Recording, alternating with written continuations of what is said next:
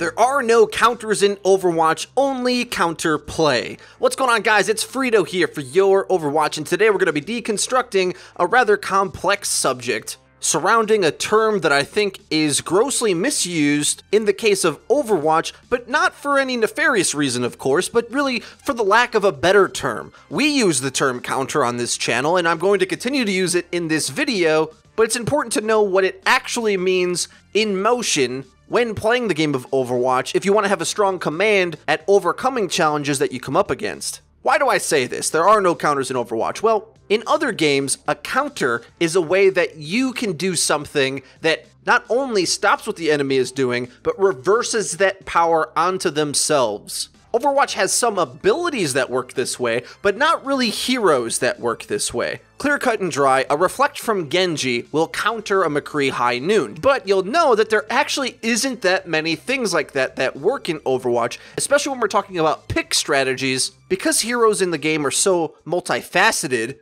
and there's 6 heroes on a team. Even when you can construct the most clear-cut 1v1 counters, it is possible, of course, to cover your teammates' blind spots in a way that overcomes that duel. And when you get down to it, the majority of the game is much more about that than it is about duels. Duels are vastly important, and winning them will get you through the ranks. Understanding how to just isolate one player that's giving you a lot of problems on the enemy team and dueling it with a character of your own will get you quite far in the matchmaking system. But what it won't do is get you a very strong command of the game for what it actually is. And that is not just a series of duels, but instead a series of team fights. Being able to isolate a certain character and counter them individually can be good enough sometimes, but if the enemy team is more organized and in covering those blind spots, you may be surprised to find there are 1 or 2 even more important aspects when it comes to countering anything, and that is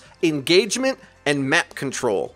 What do I mean by this? Well, let's construct some clear examples to make this definition make sense. Pharah counters Junkrat, yes? Junkrat can't damage Pharah where she likes to play. But does Pharah counter Junkrat in a small room? Well, no. And why is that, of course? Well, if the engagement is proper, you can utilize the strengths of another hero to outmatch and overcome a counter. I'll give you another example. Ruins on Ilios, the most stretched out, long line of sight map that exists on Control Point. It's a map where Widowmaker is very good. What is strong against Widow? Genji and Winston. But those characters can find it very difficult to even do anything against Widowmaker, or at least get to her before she snipes off the heads of a few of her teammates, because the map is so long. She can play 2, if not 3 Winston leaps away from the engagement, and that's plenty of time to be able to pick off a head of a support or a friendly DPS. With that being the case, sometimes you have to pick a Reinhardt on Ruins, or at least I advocate that you think about it, in order to get your team behind the shield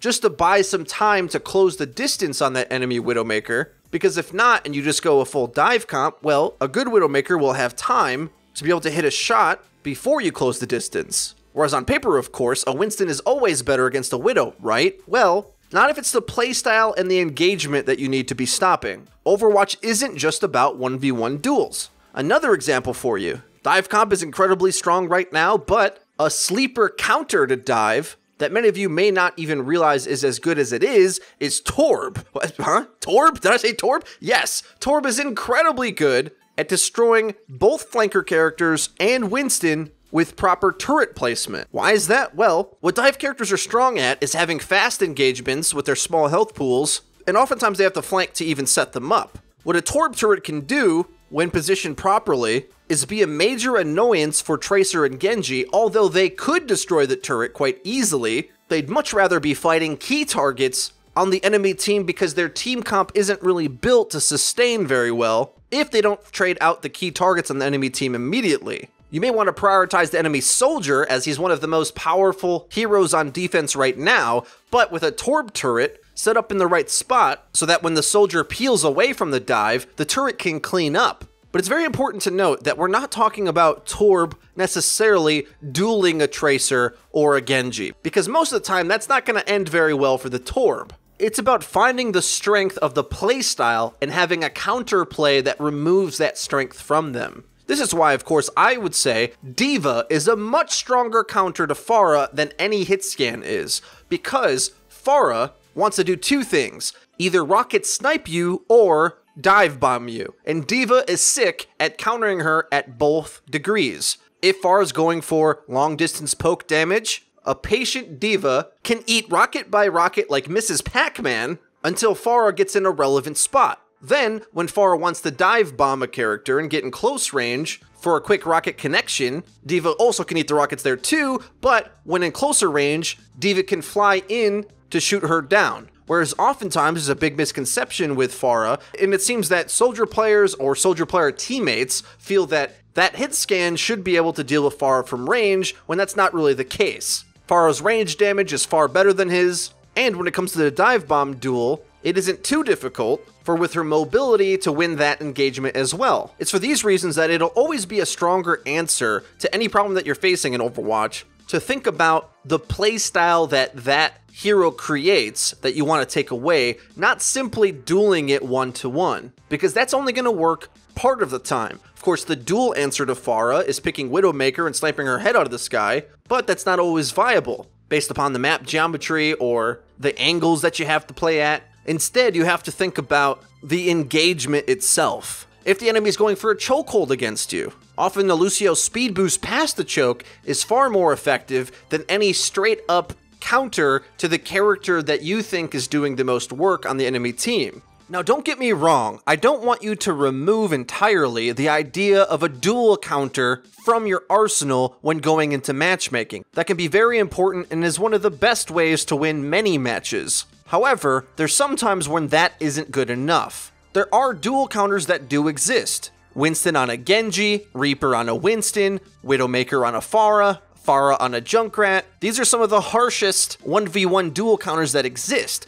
But as many of you know, the ones that I just mentioned don't work in a variety of situations, which is why you can't limit your thinking of counterplay in Overwatch strictly to counter picks and 1v1 duels. Instead, we have to think about how the entire team engages.